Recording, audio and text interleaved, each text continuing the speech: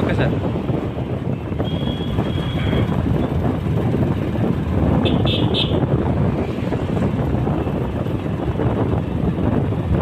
మామూలుగా మనకు తెలియట్లేదులే కానీ చాలామంది ఇన్ని లారీలు ఇన్ని అంటే చాలా లాస్ చేశారు బయట.